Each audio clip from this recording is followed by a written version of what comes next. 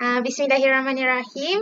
Nama saya Nur Akilah Amani binti Badrul Hisham. Datuk boleh panggil saya Amani.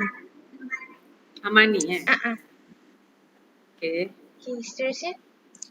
Kursus apa tu Akilah? Amani? Kita kursus Bahasa Melayu. Bahasa Melayu Dari mana? Asal mana ke tu? Aku pula interview dia. Dari mana? Dari mana? Asal mana? Asal Perak. Perak, orang Perak Perak. Perak. Okay, next. Okay, nama saya Nur Afina binti Muhammad Sawiti. Nur Afida. Afina. Afina, nak panggil apa tu? Fina. Panggil saya Fina boleh? Fina, okay. Alright, Fina dari mana dan kursus apa? Kursus BM lah kan? Bahasa Melayu. Bahasa Melayu. Okay, sama dengan Amani. Asal? Asal daripada Perak juga. Satu geng ni. Okay, next. Nama saya Auni Kristina binti Naim Muzakir dan boleh panggil saya Auni. Ya Allah, panjangnya nama. Kristina Panggil apa? Auni. Susah sangat. Kristina kan lawa. Boleh juga. Dari mana? Saya asal Kelantan. Oh, Kelantan Okay. Kenapa nak jadi guru? Kita orang. Ketawa. Kita tanyalah dulu. Kenapa nak jadi guru? Sebelum saya jawab soalan awak, saya tanya awak dulu. Kenapa nak jadi guru? Sebab nak mendidik anak bangsa. Ya ke? Atau mak suruh ke, bapak suruh ke, nenek suruh ke? Dah. Memang nak jadi cikgu. Atau tak ada kerja kan nak jadi guru? Atau boyfriend suruh jadi guru? Tak ada tu. Kami memang nak jadi cikgu. Ya, secara ikhlas. Betul. Serius. Okay. Itu apa nama? Kristina pun sama? Sama juga. Alah, mana tahu kan. Dia nak jadi guru kena paksa. Tapi mak suruh lah. Mak suruh. Mak suruh tu betul ke? Mau ke tu mak suruh tu? Betul. Okay, kita apa tujuan kamu ni? Cuba cerita dulu. Apa saya boleh bantu? Okay, Assalamualaikum warahmatullahi wabarakatuh dan selamat sejahtera diucapkan kepada Datuk Nurinda. Pertama sekali kami ingin mengucapkan jutaan terima kasih sebab Datuk sudi meluangkan masa pada petang ni untuk diwawancara lah oleh kami bertiga bagi melengkapkan tugas bagi mata pelajaran pengantar pengajian pendidikan. Jadi tujuan kami mengadakan ni adalah untuk menemu Datuk dan bertanyakan beberapa soalan tentang pengalaman Datuk sepanjang Datuk menjadi guru cemerlang. Itu ijazatnya? Untuk assignment. Untuk assignment. Dah. Ini buat rakaman kat mana ni? Kat studio mana? Dekat atau bilik je. Buat dalam bilik je. Bilik kamu lah? Oh, cantik bilik kamu. Edit. Itu apa belakang tu? Edit wallpaper. Okay, edit wallpaper. Okay. Ini tak ada orang lain dengar lah, kamu sajalah kan? Betul. Jadi boleh cakap-cakap lah. Santai lah kan? Baik, Datuk. Boleh. Boleh mulakan, Datuk? Boleh. Okay. Pertama, biasanya pelajar dia akan menunjukkan rasa tak berminat terhadap sesuatu subjek tu. Dan dia akan tunjuk rasa mengantuk, rasa bosan. Kadang-kadang dia tidur pun dalam kelas. Jadi, macam mana Datuk sebagai guru cemerlang, Datuk cuba untuk menarik minat pelajar tu untuk kembali fokus dalam kelas? You dah ada buat praktikal masuk sekolah sebelum ni atau ada pengalaman mengajar di sekolah tak? Sebelum saya jawab lah. Kita orang pernah buat sekali je shadowing school. Pergi sekolah tengok budak-budak tu buat aktiviti, buat program macam tu. tapi tak masuk mengajar lagi lah kan? Belum lagi. Shadow observation macam tu sajalah. Rasa-rasa adakah budak mengantuk dalam kelas? Setengah, tapi tak ramai. Setengah adalah kan? Okey, soalan kamu ni macam mana nak atasi masalah tu ya? Yang mengantuk, yang malas, tak dengar cakap cikgu, gitu? Ya? Betul. Okey, dalam PDP, dalam pengajaran dan pembelajaran ni banyak faktor kita kena lihat sebagai seorang guru. Contoh ya, kalau kita masuk dalam kelas, kamu kan sebagai seorang guru nanti masuk sekolah, kamu akan diberi satu mata pelajaran. Oleh kerana option kamu ni bahasa Melayu apa? Ada option kedua kah? Belum lagi. Belum lagi option bahasa Melayu. Very critical bahasa Melayu ni, walaupun dia mudah, konon cakap bahasa Melayu boleh, tapi bila tang exam nanti dia tak boleh jawab, tak boleh menguasai. Itu bahaya kan? Jadi sebagai seorang guru bahasa Melayu, dia mesti berupaya boleh memikirkan yang terbaik ataupun macam mana budak itu minat dan seterusnya boleh menguasai dan seterusnya boleh duduk lulus dalam exam. Dia ada banyak kategori pelajar. Pertama, dia minat belajar, tapi bila exam tak boleh buat. Tak boleh score. Yang kedua, tak minat dan juga tak boleh score. Yang ketiga, dia macam tak minat dalam kelas. Dia suka-suka buat santai, kadang buat kacau. Tapi bila peperiksaan dia score. Jadi ini semua kena dikenal pastilah.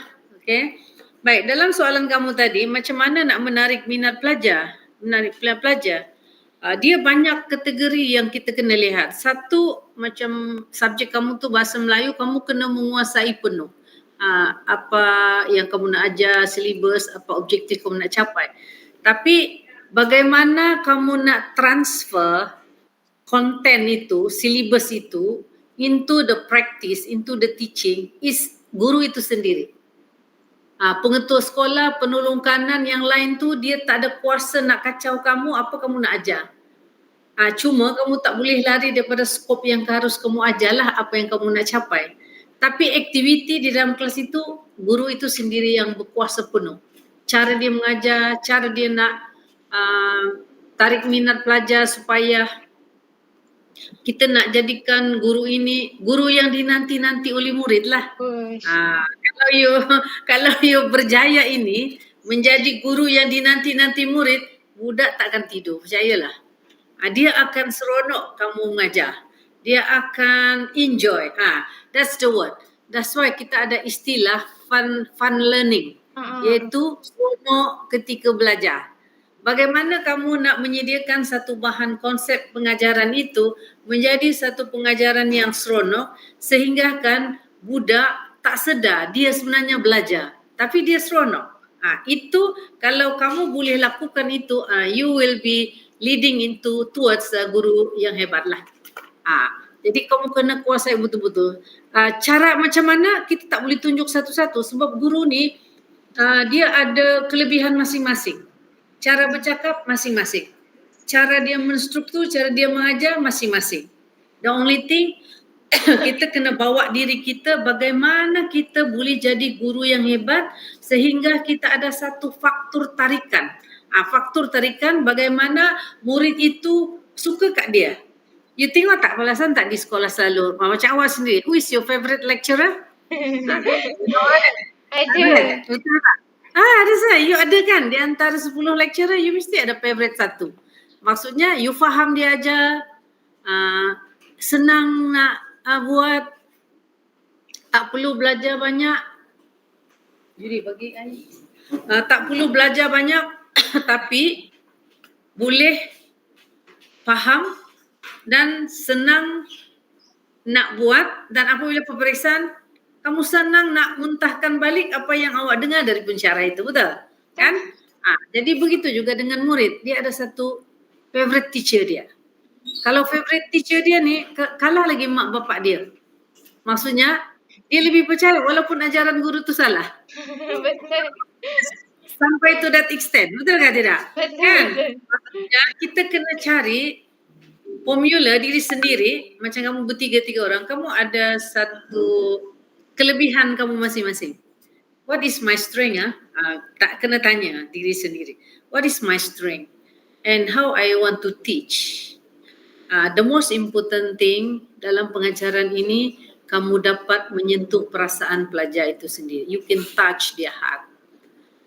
No matter any subjects, once you can touch their heart, they will always follow you. And they will never sleep. They are really waiting for you to come, to learn, to listen. What are you going to say? What are you going to teach them? Walaupun dalam masa pengajaran 40 minit itu, kamu punya intipati sebenar hanya 20 minit. Yang lain tu celoteh.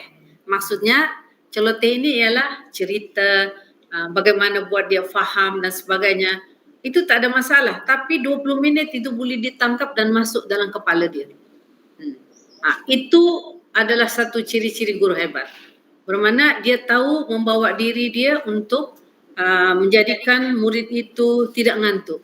Cuba you bayangkan, pertama kali ialah kita lihat ialah satu suara. Suara ya. Suara is very powerful element in teaching lah. Kalau suara kamu kecil, macam mana nampak orang? Contohlah. Kamu hari ni. Contoh. Budakmu, kenapa cikgu aku ni macam ni? Kan? Itu suara tau. So, saya ada satu nasihat pada guru saya. Suara yang tak besar, tak fokus, tak melantun, tak jauh ke belakang, dia kena lah menggunakan ini. Apa nama? Mikrofon yang mobile tu. Jadi kena pakai. Saya ada beberapa guru macam tu, saya suruh dia pakai. Supaya budak yang di hujung sana, yang di belakang sekali, boleh dapat memahami dan mengerti apa yang dia sampaikan. Kalau tak dengar, tak boleh. Jadi whatever in the class ialah up to the teacher. Tapi mesti ada satu kategori. Satu, mesti menguasai konten. Student only trust you if you kuasai konten akademik itu, iaitu mata pelajaran itu. Kalau you tak kuasai, sekejap-kejap tengok buku, kan? Sekejap-sekejap lagi, apa tu saya pun tak tahu, begitu. Tak boleh. You kena menguasai intipati pengajaran kamu. Dan seterusnya, kedua ialah seronok. Saya katakan tadi kan, fun. Okay. Ketiga, melibatkan semua orang di dalam kelas itu. Jangan kamu mengatakan kamu sudah ada senarai, murid di hadapan sahaja yang kena selalu. Yang di hujung-hujung tu tak kena. Jadi bermakna kita sebagai seorang guru mesti ada satu eye view yang sangat luas yang mengetahui. Walaupun kamu pandang sini, kamu sudah tahu apa gerak-geri yang berada di hujung sana. Di kelas yang itu. Kalau kamu menghadap sini, kamu sudah tahu apa yang di sana. Bermakna kamu tak lepas satu orang pun dari penglihatan dan juga pemerhatian kamu itu sendiri. Kalau tidak, adalah yang akan mula tidur. Sebab kamu lepas, kan? Jadi kamu kena kuasai itu. Dan make it very interesting. Interesting learning lah. Kalau kita seronok kan, macam ada seorang guru seronok, kita pun enjoy belajar, kita ketawa, tapi sebenarnya ada intipati yang dia sampaikan walaupun ketawa. Kan? Jadi itu salah satu daripada yang boleh lah. Dan jangan biarkan budak, kadang-kadangnya kalau ini sebagai seorang guru, lebih-lebih lagi kalau kamu guru kelas lah, kamu kena mengetahui. Kamu kena ketahui siapa murid kamu di dalam kelas itu.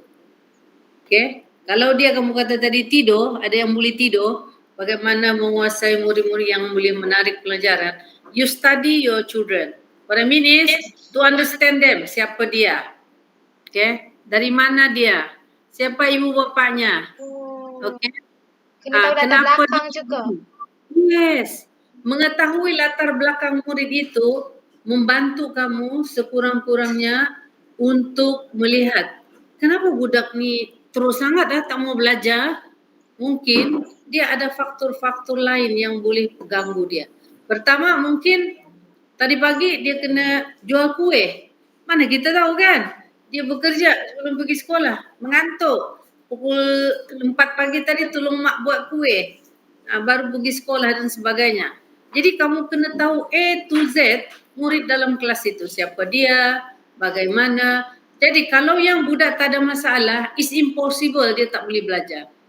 Impossible. Kecuali betul-betul dia malas macam orang kaya sangat dan tak mau belajar. Tapi kita pun ada teknik yang itu. Macam mana kita nak tackle budak-budak yang kaya begitu.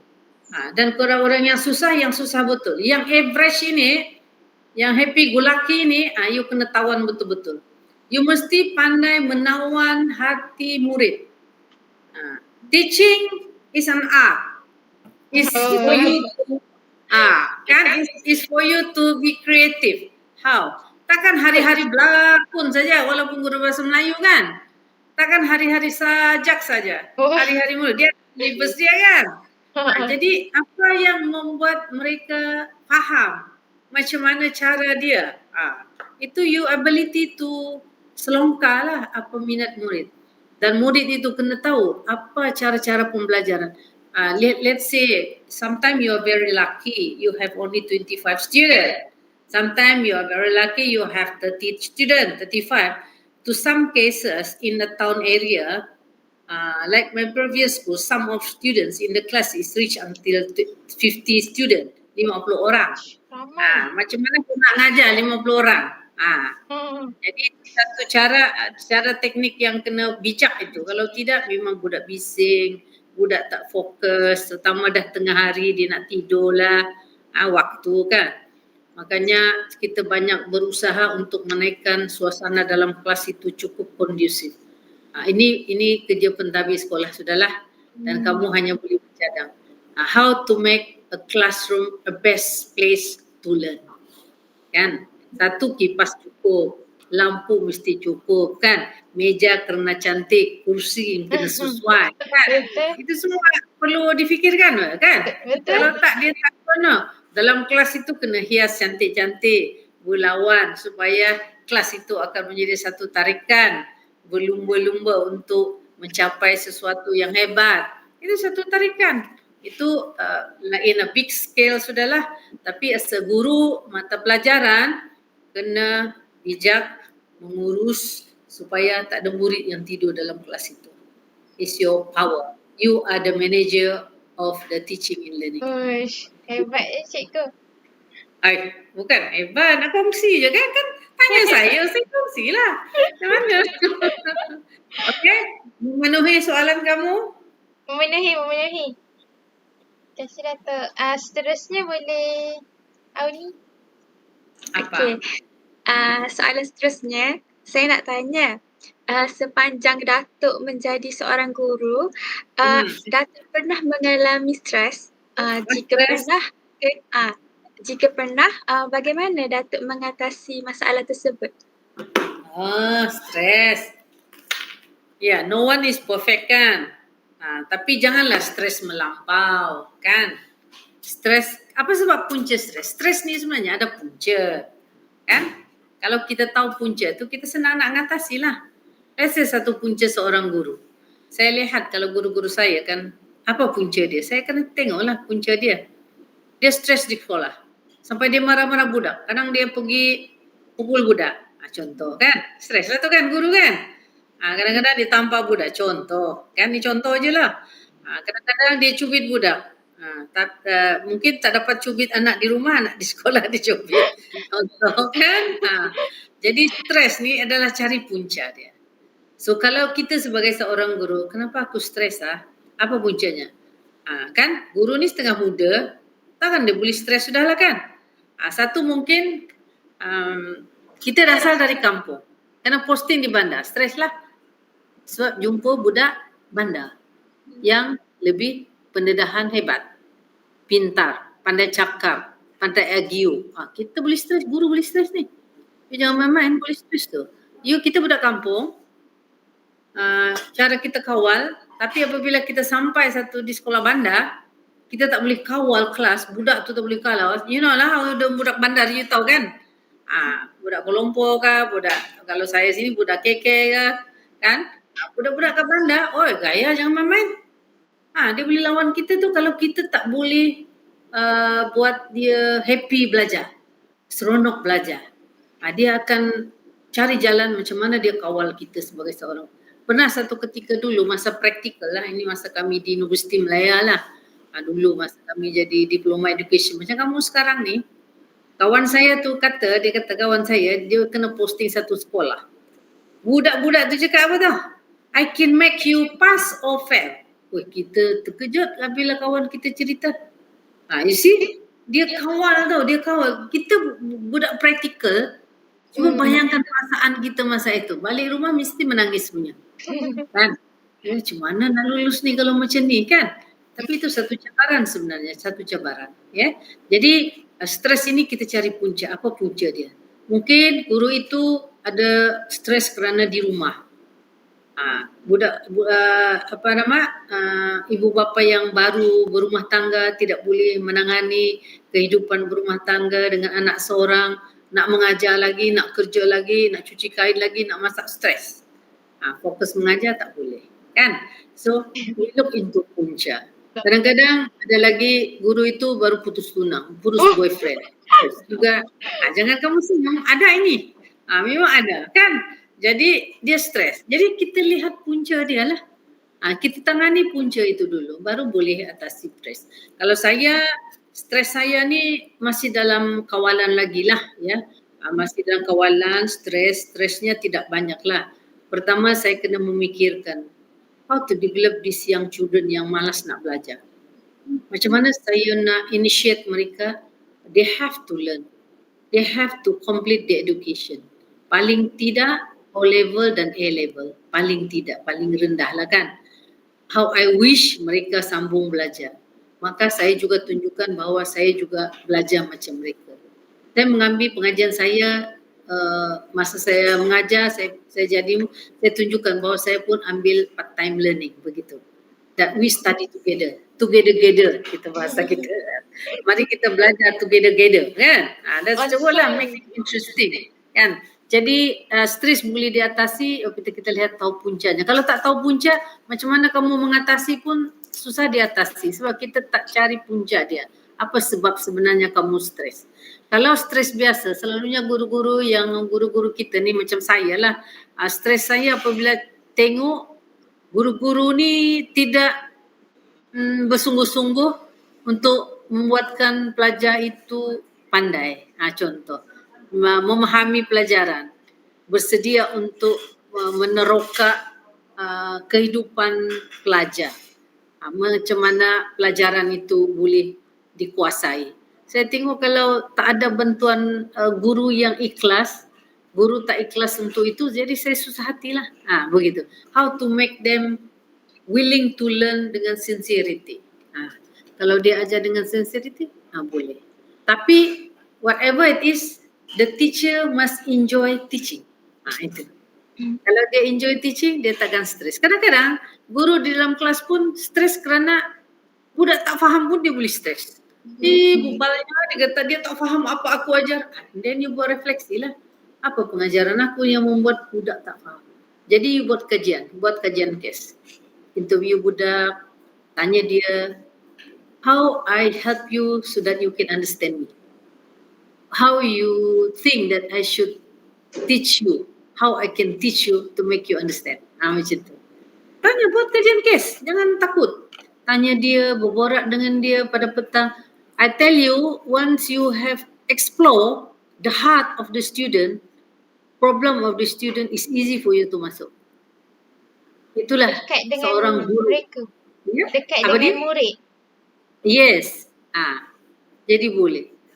Stres jangan melampau-lampau, tapi sebagai seorang yang beragama, kalau tidak dapat menguasai diri itu, pertama share dengan kawan yang boleh dipercayai, boleh share. Jangan keep it to yourself. Kalau you keep it to yourself, you takkan dapatlah. Macam contohlah kita pengetua dengan pengetua. I have a student like this. What do you think? Kita dah curahkan kan, tapi kita tak cakap siapa budak itu, macam mana. What is your opinion? How can I go help these children? Do you have experience on facing this problem? Kita tanyalah kawan-kawan pengetua kita kan. Sama juga dengan kawan-kawan cikgu kita. murid aku ni begini, masa kau masuk kelas tu okey tak dia? Jadi boleh cross check lah. Jadi itu salah satu juga kalau kita nak stres PDP lah. Stres ni mesti ada punca dia ya. Kadang-kadang jealousy, kadang-kadang kawan dalam staff room pun boleh jadi stres juga. Kan? Ketua yang pressure you pun kita boleh jadi stres. Kita buat baik-baik ni dia tak hargai, tak kisah.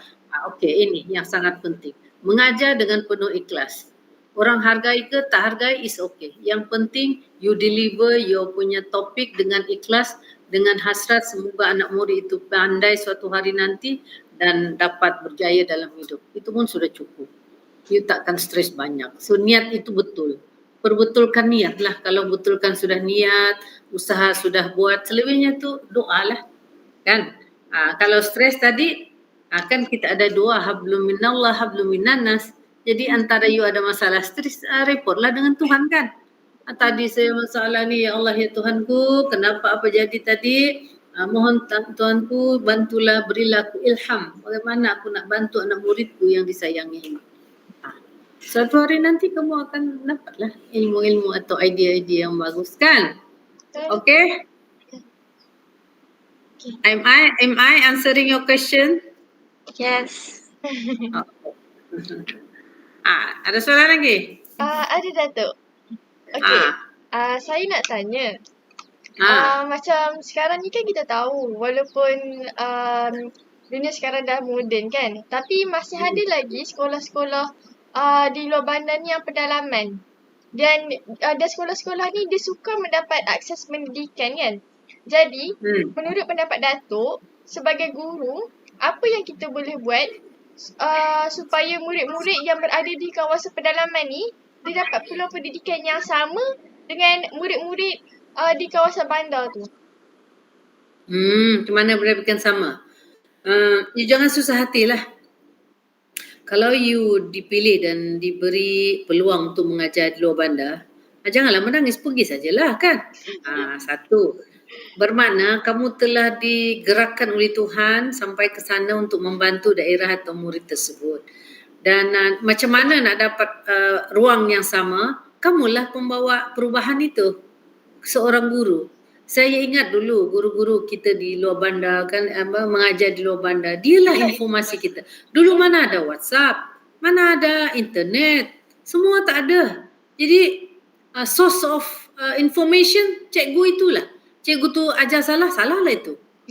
Sebab itu kan information kita kan.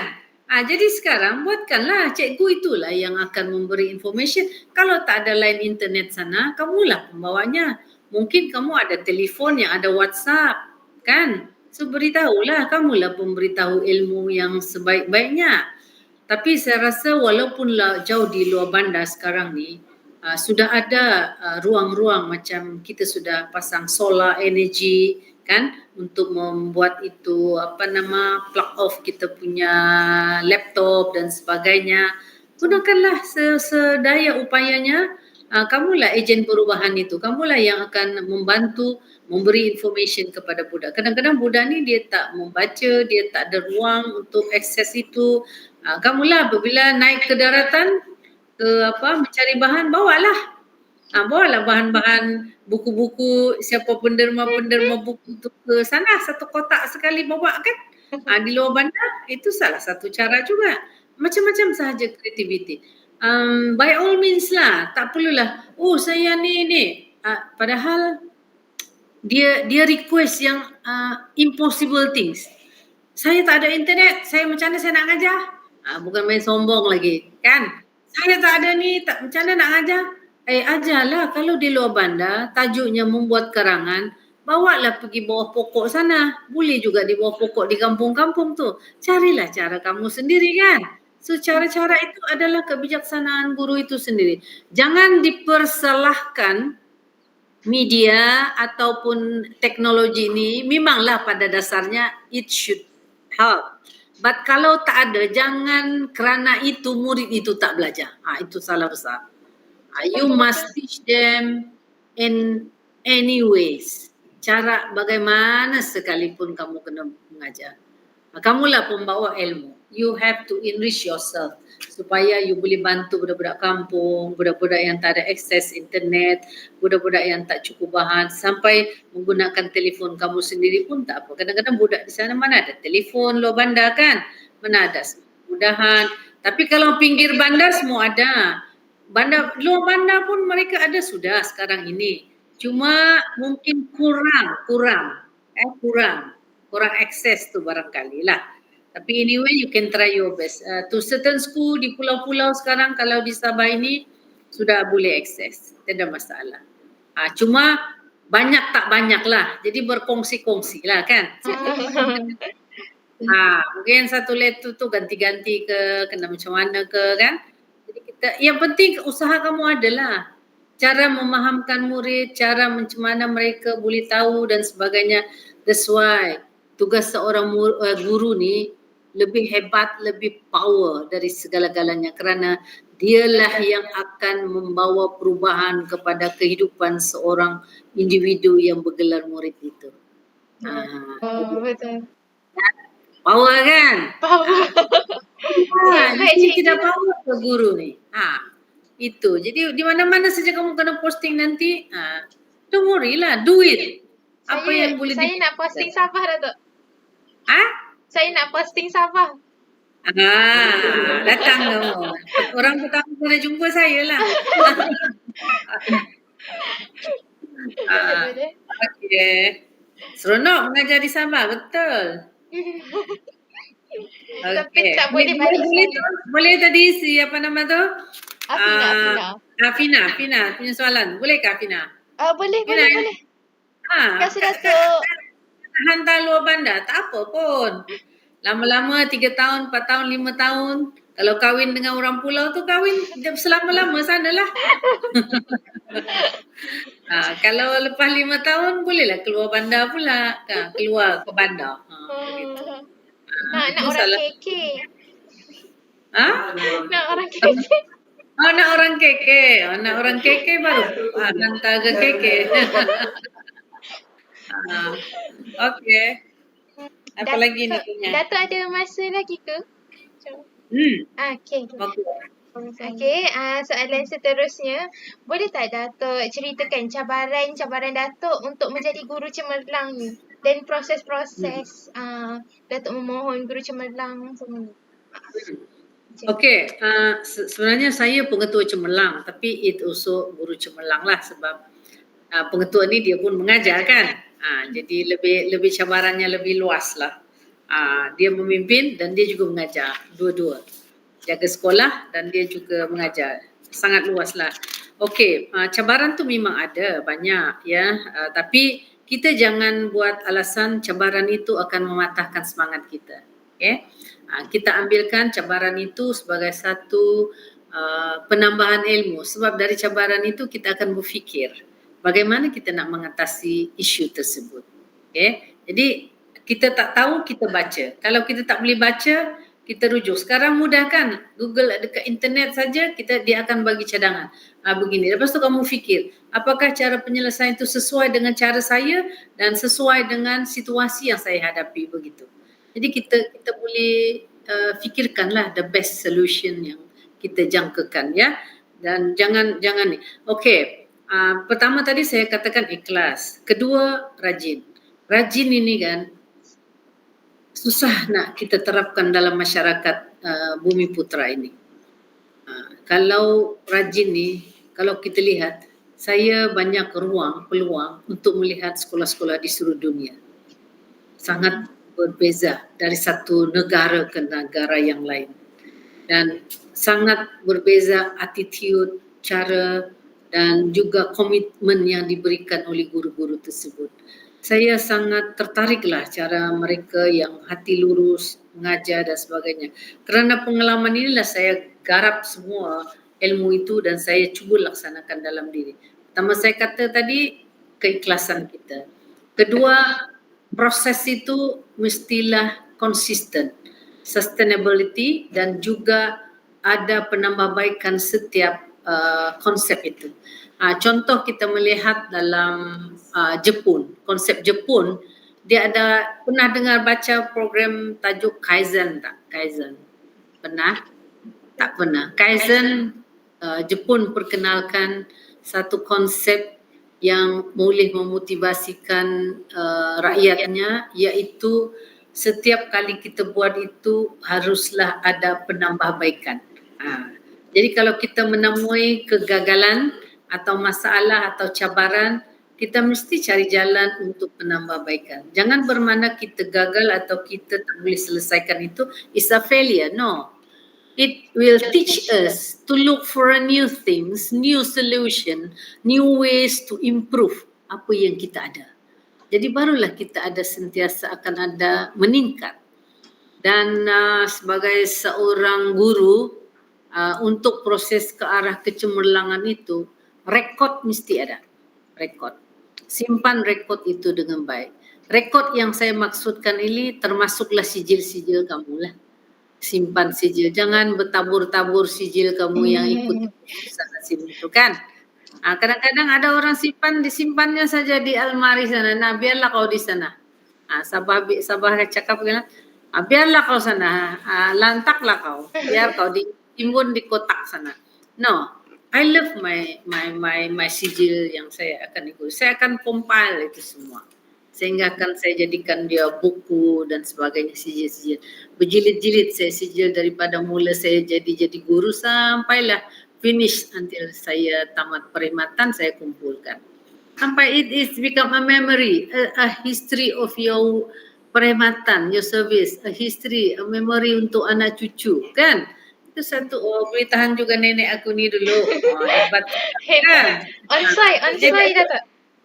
Ya, jadi dari sekarang lah kamu simpan. Dokumentasi mesti. Satu, search for new knowledge.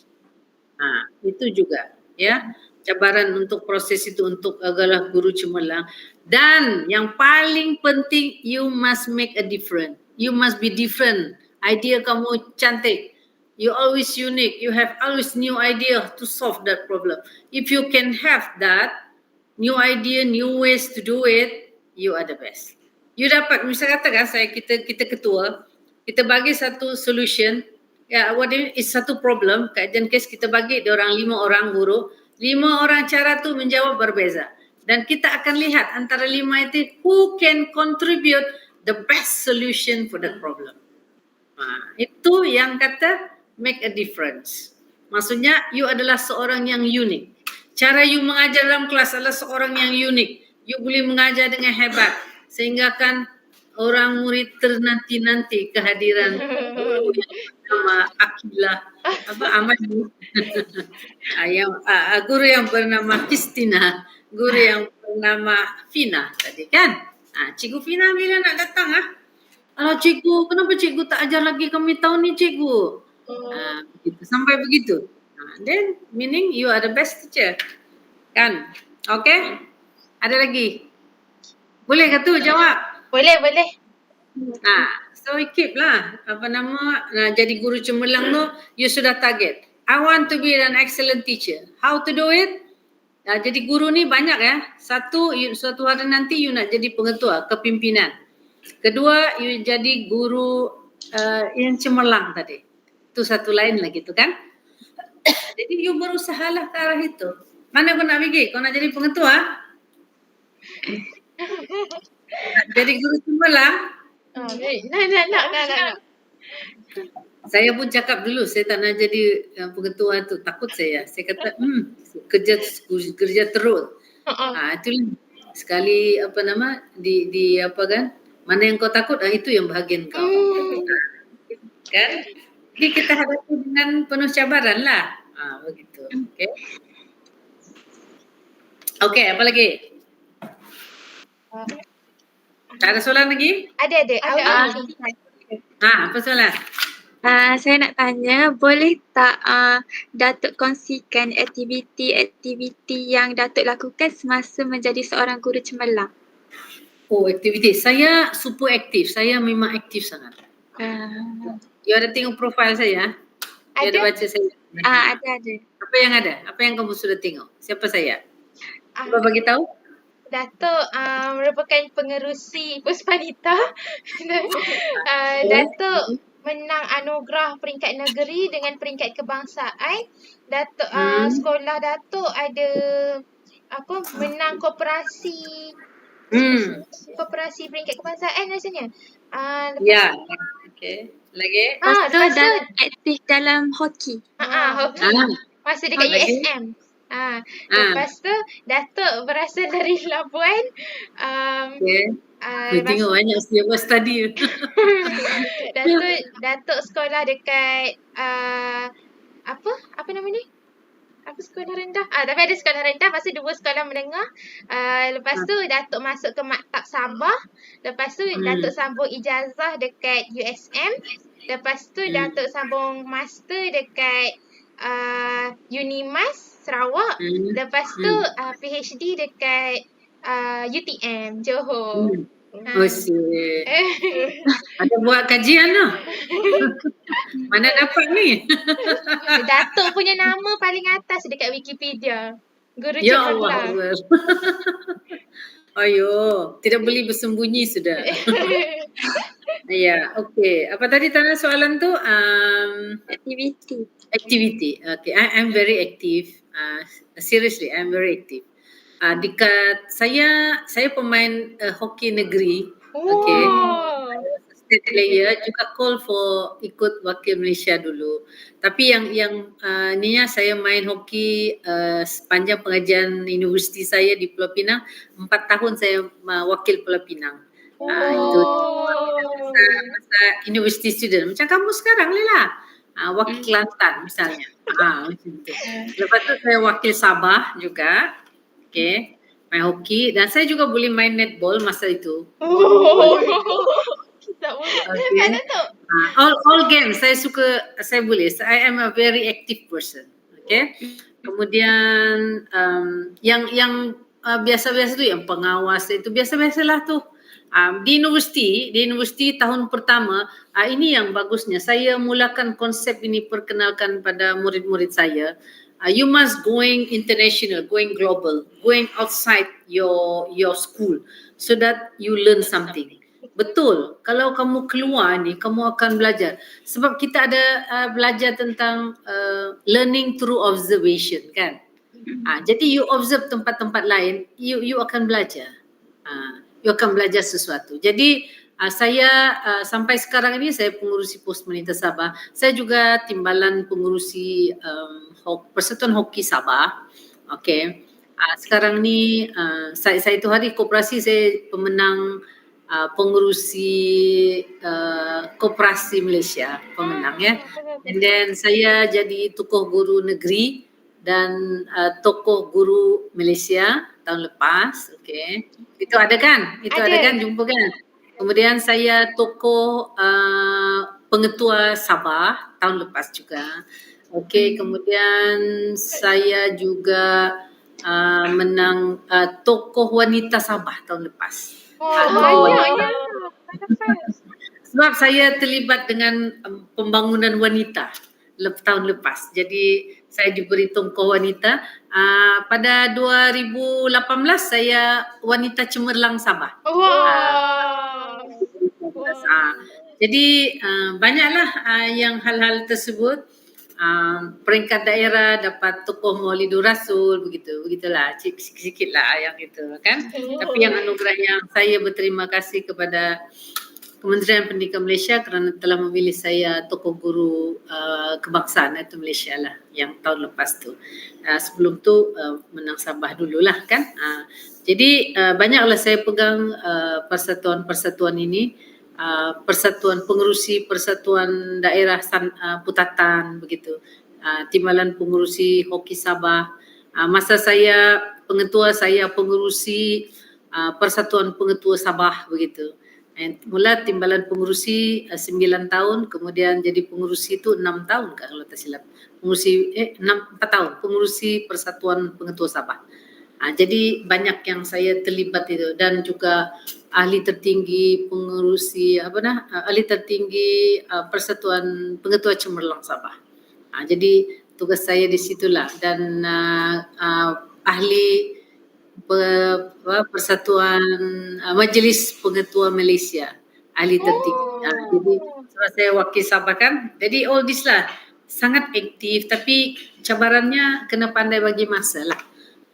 Jadi saya suka buat kebajikan dan menolong banyak orang yang memerlukan. Jadi itulah salah satu kita khidmat kita, ibadat kita kan. Jadi jangan duduk diam. Jangan satu saja, tak boleh. You kena pernah dengar istilah multitasking? Pernah? So try to be a multitasking officer, multitasking guru. Kalau guru itu disuruh buat menghias pentas, cubalah, mana tahu boleh kan? Guru itu disuruh menghias dewan, contoh. Ataupun guru itu disuruh jadi pengerusi keraian Hari Guru, contoh. Ambil aja lah, cuba, janganlah takut. Kan berani. Jadi keaktifan kita tu membuat kita bertambah matang dan memberi kita ilmu baru dan kemahiran boleh diasah. Cara kita deal dengan manusia, cara deal dengan orang-orang tertinggi, orang-orang biasa dan orang-orang bawah. Jadi kita jangan kira level sekalipun, ya? Apa dia? Bukan tak ada apa. Label tu apa kira label pun kita mesti semua kita kawan. Sebab ilmu itu akan berada di mana-mana. Kadang-kadang ilmu itu kita akan dapat dari orang bawahan sana. Mungkin murid kita belajar banyak dari orang muda-muda. Jadi jangan kata idea orang muda tu tak boleh pakai. Saya suka kawan budak-budak ni sebab idea dia. Saya ambil idea dia dan kita akan gabung dan buat bersama. Kenapa ketawa? Betul tak? Kita orang pun boleh, Datuk. Apa dia? Datuk boleh juga tanya-tanya kita orang. Tanya apa? Kalau perlukan idea. Kalau perlukan idea. Apa dia? Kalau perlukan idea. So kita orang muda, fresh idea. Pandai awak ya. Yalah awak orang muda lah. Macam mana boleh tangkap saya? Saya ni, ini rezeki awak. Tuhan sudah gerak saya kongsi ilmu dengan awak. Saya pun tadi kuat sibuk. Petang ni saya tengok jadual macam boleh. Apabila Setiausaha kata ada pelajar dari Kota Baru nak wawancara. Saya kata bila mana dia dapat saya ni? Alhamdulillah. Okey. Ada lagi? Soalan terakhir. Soalan terakhir. Namun sebelum tu boleh tak saya nak tahu Datuk ni mengajar subjek apa? Okay. Good question. Okay, masa saya juga bekas pensyarah di macam awak, sekolah awak dulu, institut tu kan. Tapi masa itu dia dipanggil Maktab Perguruan. Kan? Jadi saya ada pernah mengajar pengajar Melayu untuk awak. Okay. Kemudian pernah mengajar kesusastraan, pernah mengajar pengajian pendidikan yang awak buat assignment sekarang itu. I was a lecturer for that. Dan juga pendidikan lah berkaitan dengan pendidikan Malaysia, pengajian pendidikan, pedagogi dan sebagainya lah ya. Saya kalau di sekolah dulu pernah juga sebab kerana aktif. But I am not what? I also can teach PJ. PJ. Sebab masa tu kan saya aktif. Jadi fit lah kan. Jadi tak cukup guru PJ perempuan. Saya lah ajar kan. Terpaksa kita turun tangan lah. So I have to study. Even though saya was not trained, tapi senang nak faham sebab saya orang sukan. Jadi saya study sekejap saja, then I can teach student bukan saja teori tetapi practical. How to run, how to train hoki. Begitu.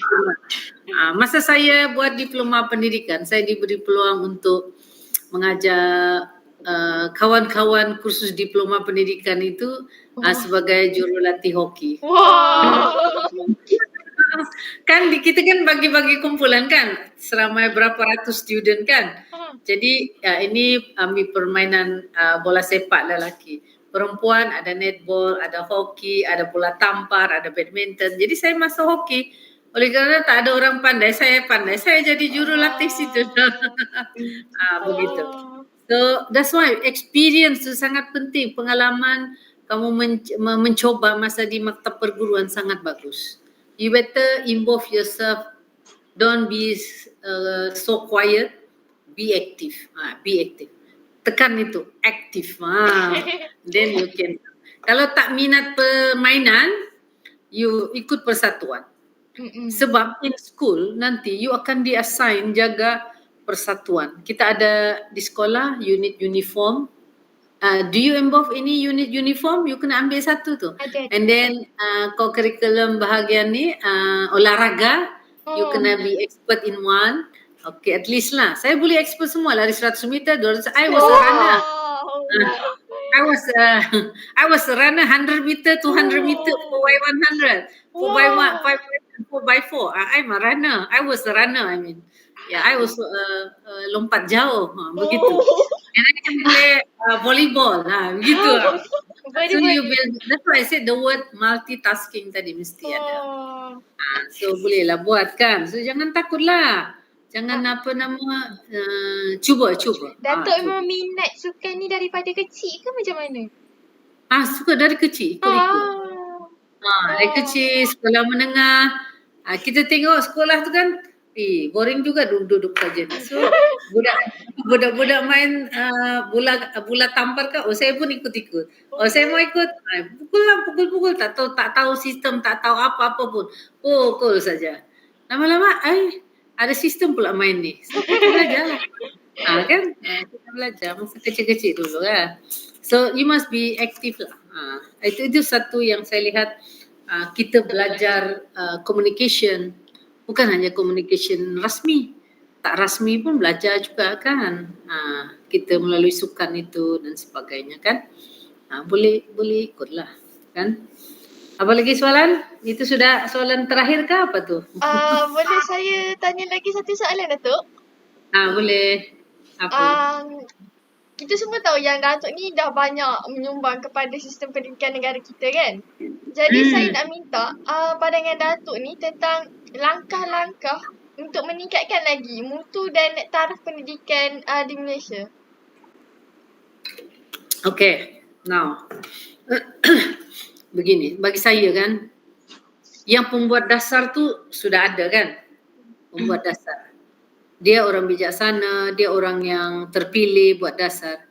Yang lacking. This is not all, I say not all. Kita yang di bawah ini, yang pelaksana ni, tidak pandai menterjemah apa yang ditulis itu. Bagaimana kita nak menterjemahnya, melaksana to reach the student. Saya punya style lah, saya punya cara. Apa-apa yang dasar itu, saya akan baca dan saya akan terjemah mengikut pemahaman saya dan melaksanakan mengikut pemahaman saya supaya yang dicapai oleh murid itu sebenarnya itulah yang dihasratkan oleh mereka di atas sana. Okay? Yang lacking ini kita pelaksana yang tidak mengerti apa yang sebenarnya dimaksudkan. Makanya kita seluruhnya tak sampai apa yang sistem pendidikan itu.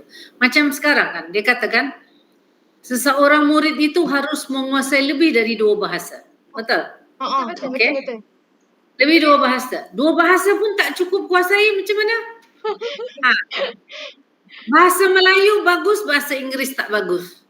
Bahasa Inggeris bagus, bahasa Melayu tak bagus. Macam mana lagi nak buat bahasa Jepun? Bahasa Jerman, kan? Bahasa Korea, bahasa apa? Bahasa Arab. Bahasa Arab, betul. Pada dasarnya memang bagus menguasai lebih 2 bahasa. Pemerhatian saya dan pengalaman maksud saya is advantage. Kalau seseorang murid itu boleh menguasai, dia sudah hebat, 2 bahasa ni hebat paling jatuh B. Kalau D, E itu belum menguasai itu. Kalau A, B boleh. Ya. Dan dia menguasai satu bahasa lagi yang lain. Contoh dia boleh bahasa Mandarin. Itu bonus tu bagi dia. Dia boleh bahasa Arab, bonus.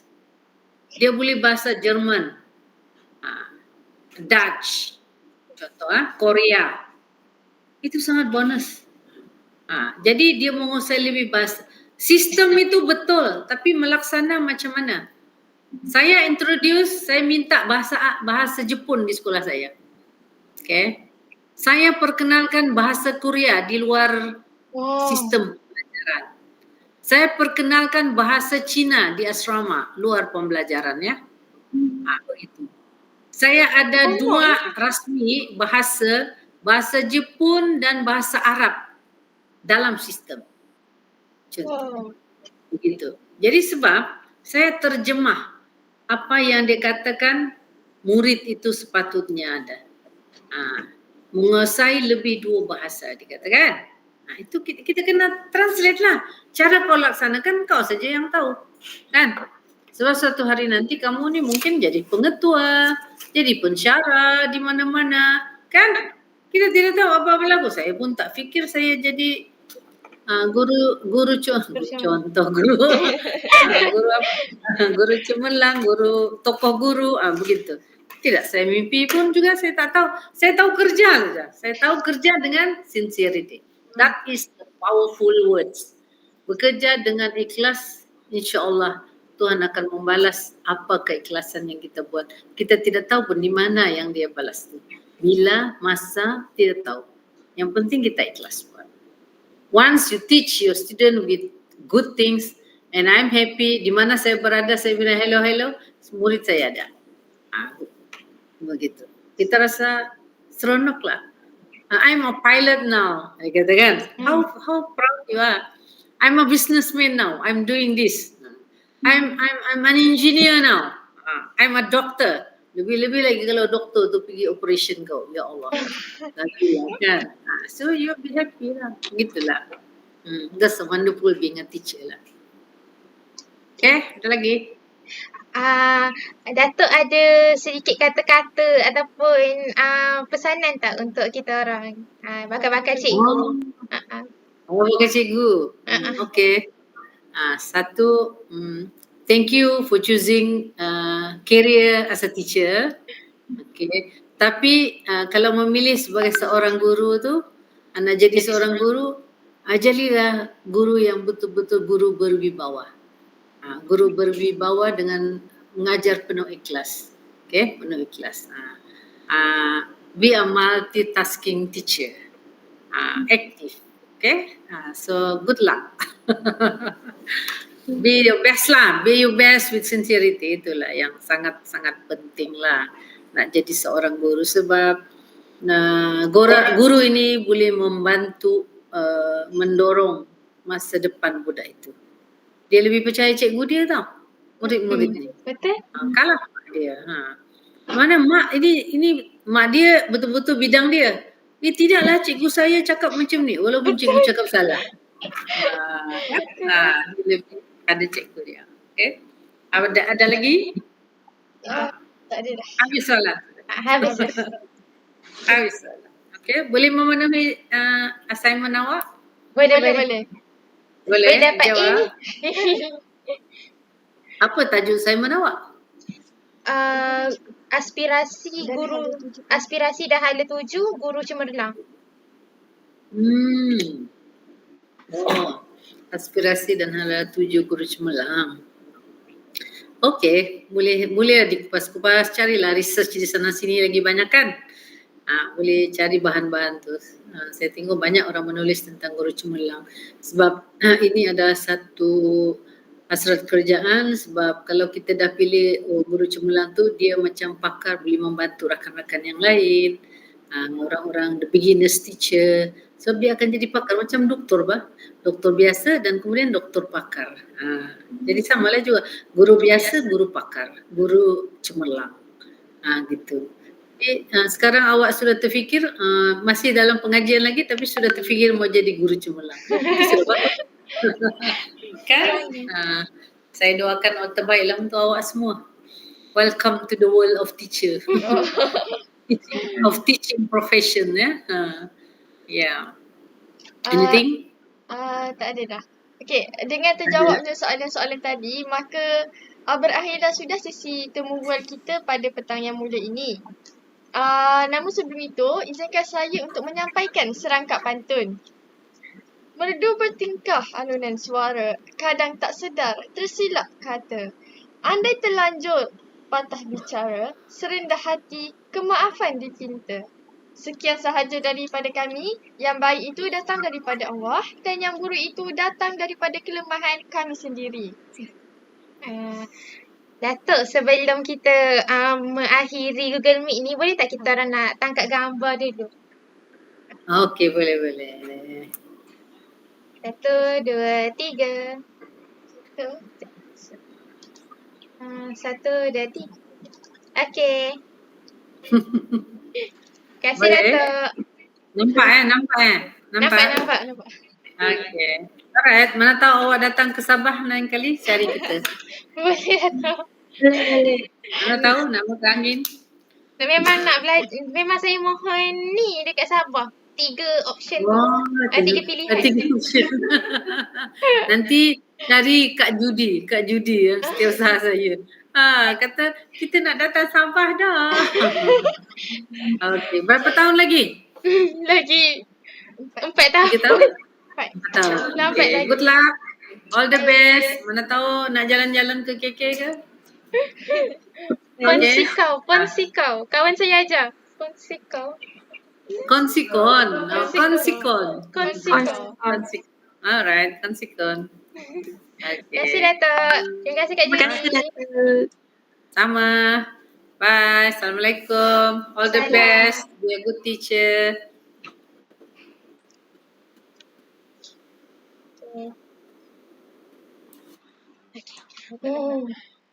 Oh, sebab Datuk okey. Datuk is love sangat. God, baik. Dah ni, dah end record. Oh, belum. Is love sangat, Datuk.